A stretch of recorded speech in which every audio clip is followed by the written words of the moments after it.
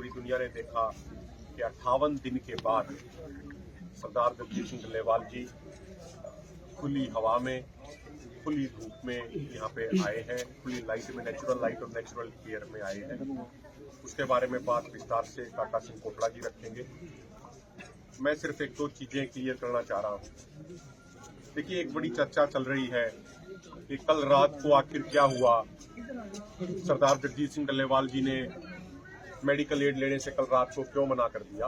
वो सारा विषय, और उसके बाद अभी एक चिट्ठी की भी चर्चा चल रही है, बहुत सारे पत्रकार साथियों ने भी पूछा, उसको भी एक हम स्पष्ट करना चाहते हैं। देखिए, जब 19 तारीख की early morning 8 super specialist doctor अलग अलग फील्ड के थे, तो उसके बाद लगातार सीनियर डॉक्टर आते रहते थे। लेकिन कल रात को जो एक ड्रिप जो दी जा रही थी, उसमें एक कोई छोटी बोतल भी थी और उसका एक तय समय होता है कि इतने समय में ये पूरी खत्म कर लेनी है।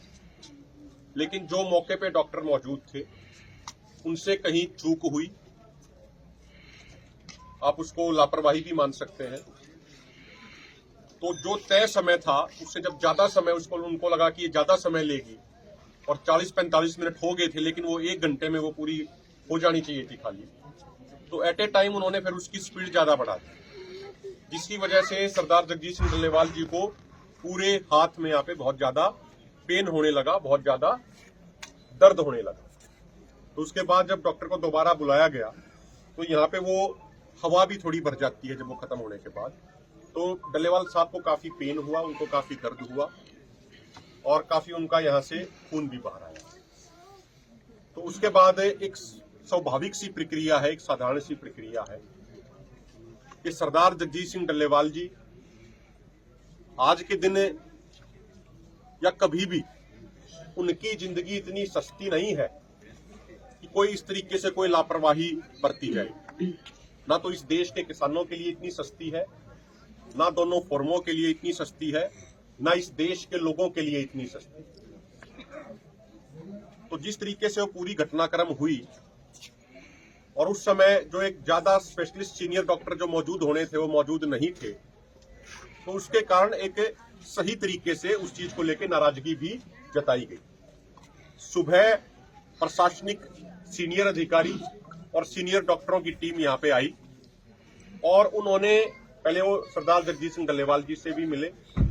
डल्लेवाल साहब ने भी उनको सारा प्रकरण, पूरा प्रकरण डिटेल में विस्तार से उनको बताया और डल्लेवाल साहब ने ये कहा कि आप हमारे फोरम के नेताओं से बार बात कर लीजिए। तो फोरम के नेताओं के पास डॉक्टरों की, सीनियर डॉक्टरों की टीम और सीनियर प्रशासनिक अधिकारियों की टीम आई और उन्होंने कल रात को हुए प्रकरण के लिए क्षमा मांगी और उन्होंने कहा कि भाई ये जाने अनजाने में चूक हो गई।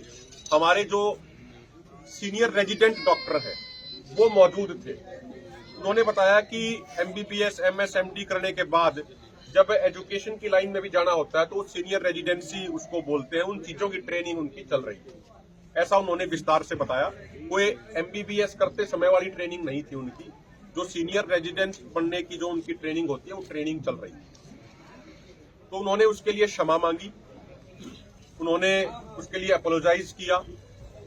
और देखिए, जो सरदार जगजीत सिंह डल्लेवाल जी का नेचर है, जिससे हम पूरे देश के ही किसान उस चीज से परिचित है।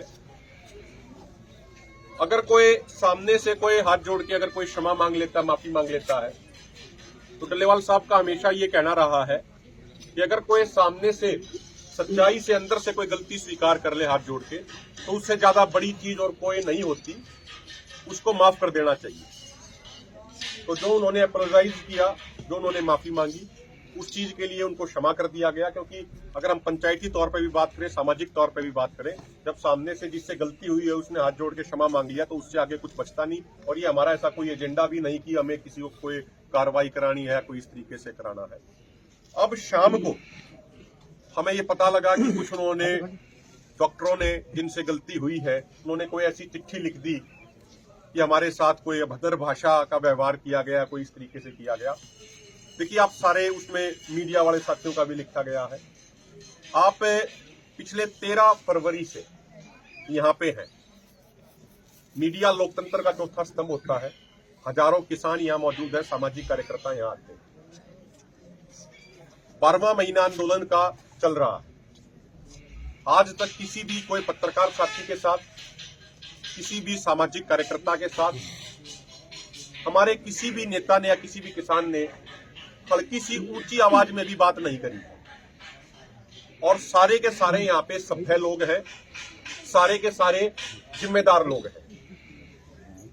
तो कोई डॉक्टर अगर किसी से गलती हो गई, उसके बाद उल्टा इस तरीके के झूठे और निराधार आरोप लगाए वो उसकी चिट्ठी में लिख के, तो ये तो वही बात होगी जो एक कहावत है कि उल्टा चोर कोतवाल को डांटे। तो ये चीज, इस तरीके की चिट्ठी लिखना और उसको मीडिया में भेजना, ये ठीक नहीं है। कहीं ना कहीं जो उनसे गलती हुई है उस गलती को छिपाने का प्रयास कर रहे हैं। लेकिन हम पुनः एक बात कहेंगे कि जब सीनियर प्रशासनिक अधिकारियों ने और उनके सीनियर डॉक्टरों ने जब माफी मांग ली है, आके टल्लेवाल साहब से भी उन्होंने क्षमा मांगा है, 20 मिनट बैठे हैं, उनसे माफी मांगी है, यहाँ फोरम के भी सभी नेताओं से माफी मांगी है, और डॉक्टरों ने और प्रशासनिक अधिकारियों ने ये कहा है कि प्रोफेसर ऑफ मेडिसिन उस रैंक के सीनियर डॉक्टर 24/7 यहाँ पे मौजूद रहेंगे, और भी सीनियर डॉक्टरों की संख्या यहाँ पे बढ़ाई जा रही है, और जो एक अस्थायी हॉस्पिटल है उसको भी यहाँ पे शिफ्ट कर दिया गया है। और उन्होंने ये वायदा किया, उन्होंने ये प्रॉमिस किया है कि आगे इस तरीके से कोई भी किसी भी तरीके की गलती नहीं होगी। उन्होंने एक पक्ष ये भी बताया कि भाई जो आज पूरे देश के, पूरी दुनिया की जो नजर है वो सरदार जगजीत सिंह डल्लेवाल जी और उनके संघर्ष के ऊपर है। तो इसलिए उन्होंने एक पक्ष ये भी जताया कि कई बार जब बहुत ही कोई ज्यादा सम्मानित व्यक्ति का जब कोई ट्रीटमेंट कर रहे होते हैं तो कई बार जो उतने ज्यादा